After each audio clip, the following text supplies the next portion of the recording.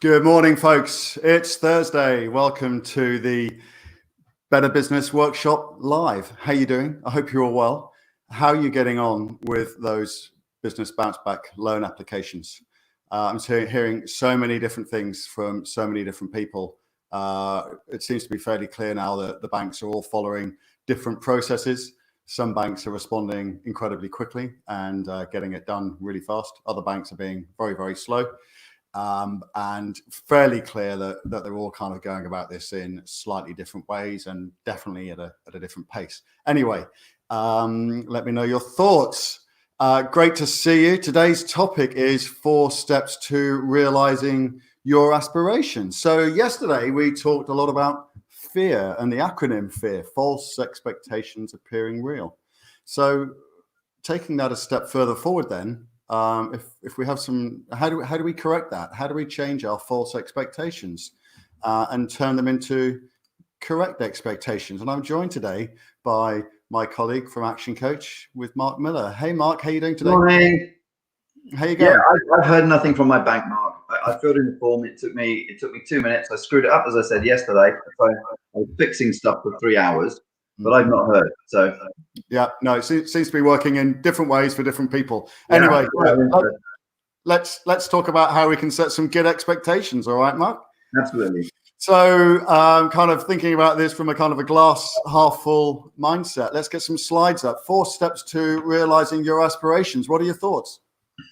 I think it's interesting. I'm sitting in you can probably see by my background, I'm sitting in a kind of a kitchen area. It's an extension to the house that I put on 10 years back. And there was meticulous planning for that, Mark. I remember the plans, the architects, the planning approval, then all the foundation stuff. And then when we build something such as this place here or any extension we do, we actually plan and build it. But when we're thinking about our future, my question is, do we plan and build ourselves or do we just sit and dream? And I spent 10 years just sitting and dreaming. Then I realized I need to plan it and I need to focus and get it done. Same as if I was building an extension to the house. Yeah. So that's what today's about for me. So basically kind of, if you kind of set your intention, actually on one of the earlier sessions, we did something about setting referred to the reticular activating system. Yeah, the RAS. The kind of the compass of your brain, exactly. And kind of setting our RAS and setting our intention. And I think I told a story then about setting an intention, a bit like your intention to go and get your extension built. I set an intention about wanting to run a sub 4-hour marathon. That was a life goal that I had. I just kind of set out a plan to go towards it. So I guess what we're saying is, look, guys, especially as we kind of emerge, we're going to get an announcement. We're going to get an announcement on Sunday, which is going to start to talk and give us some certainty now about how we move forwards. But let's not just kind of drift through this. Let's set our intention in terms of what we want and where we want to go, right? So the first step in that, Mark, is we've got a little model here, right? We've got a little model of 4 steps that we're going to build up. Absolutely. And if you flick to the first one, this one talk about planning. If we actually take ourselves through these 4 steps, quite often on subject matter like this, Mark, we look at it and we say, oh, that's interesting, that's helpful. But do we actually do it? Which is why I'm kind of paralleling it with building something. And if we're building a future, then these 4 steps are really, really helpful.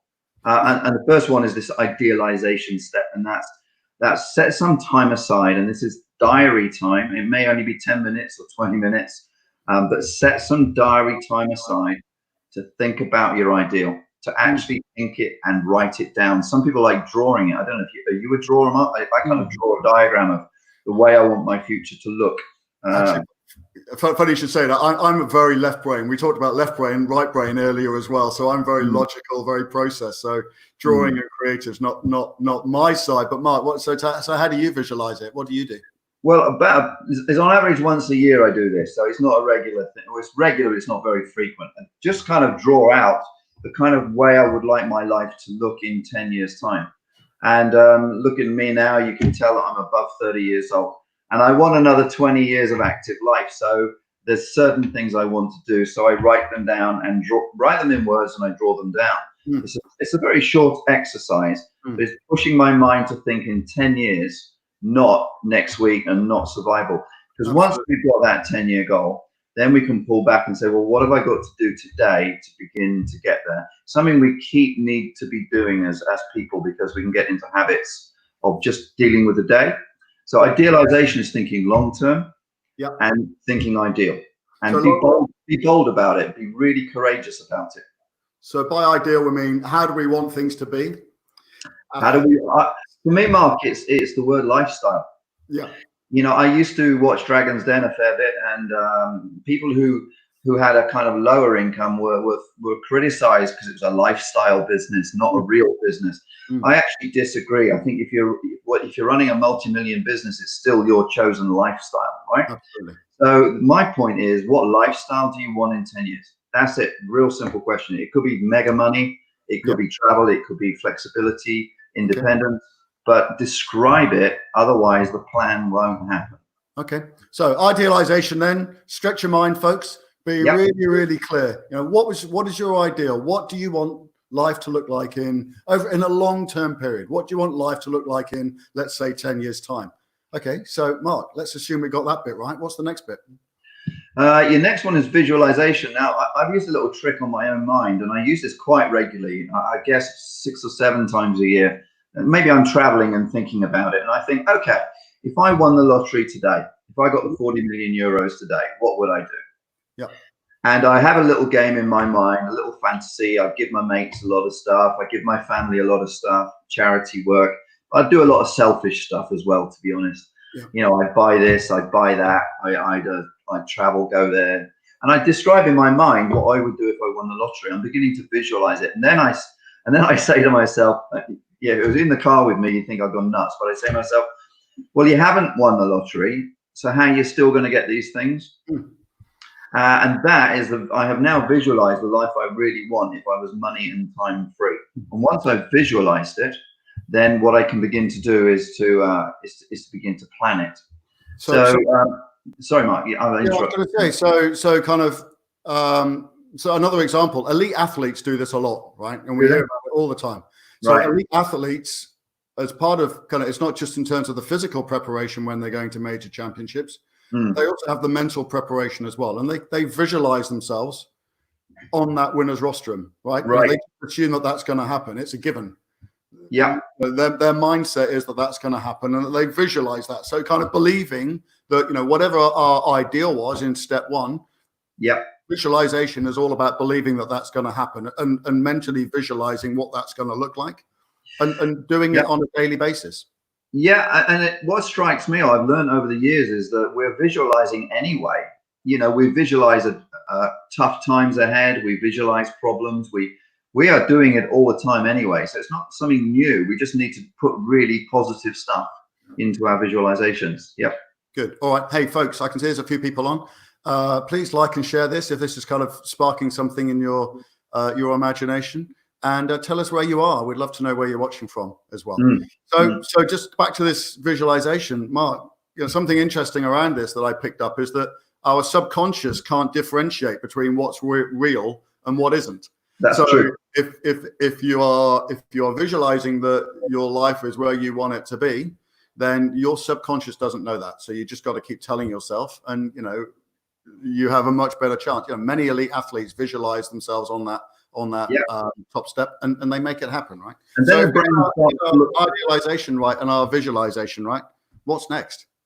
Yeah, sorry, Mark. And then you're right. And then the brain starts to look for opportunity. I interrupted you there. I do apologize. A little bit of delay on our transmission now.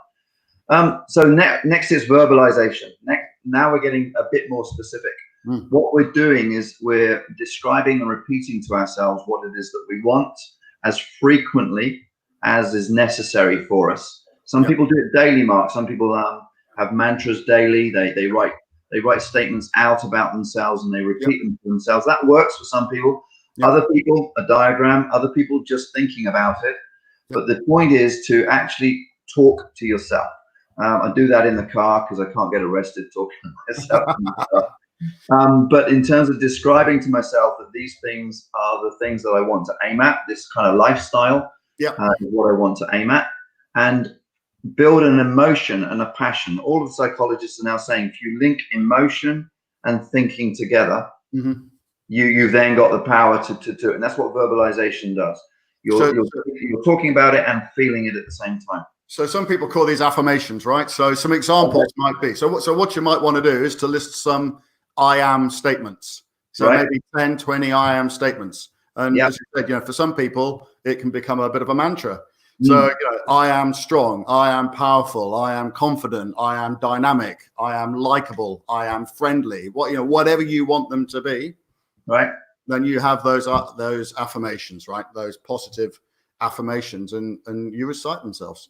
And I would be a little bit adventurous, not very British. It's kind of expressing emotion, but I would express emotion to yourself. I do this, and I find it changes the way I think quite a bit.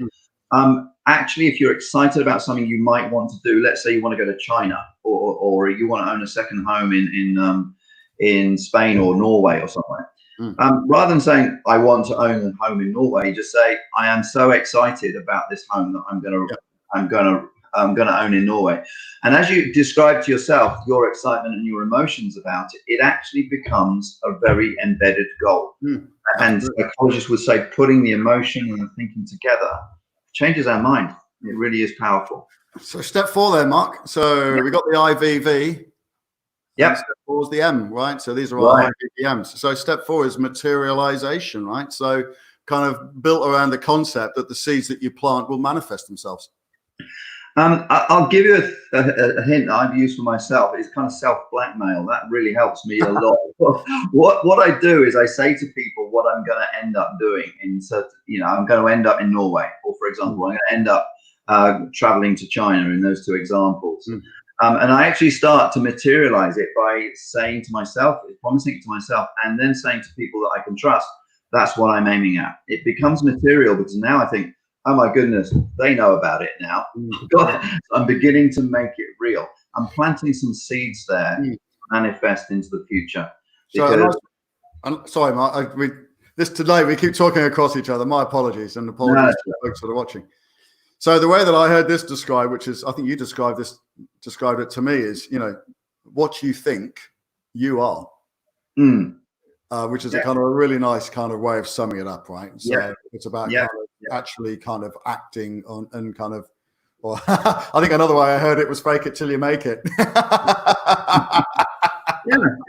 But you're right. What we are thinking is what we actually are. And if we think we're not going to get this lifestyle, it won't happen because that's what we think. If we think we will, then it will happen. Brilliant, Mark. That's been a fantastic session. So it's all about the IVVMs, right? Idealize, visualize, verbalize, and materialize. It's been great to see you again. We've been the Better Business Workshop. Folks, if that's kind of sparked something in your imagination, love playing with this StreamYard, by the way.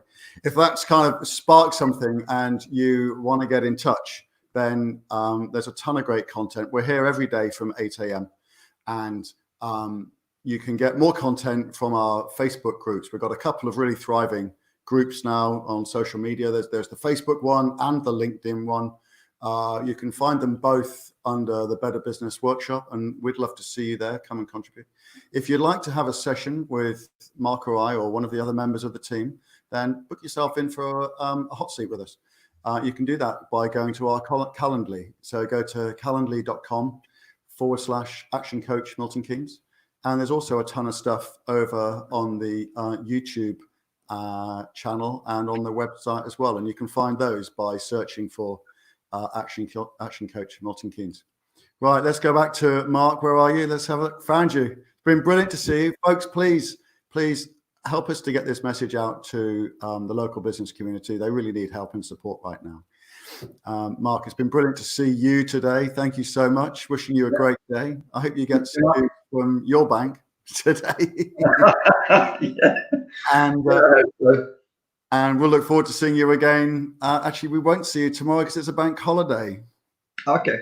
So we'll see you on Monday, right? Not a holiday for the banks. They got to process these loans, Mark. Yeah, they don't deserve one. Get back to work, guys. Exactly. All right. Nice to see you, Mark. We'll see you on Monday at 8 a.m. Take care now. Have a great weekend. Okay. Bye now. Bye-bye, everybody.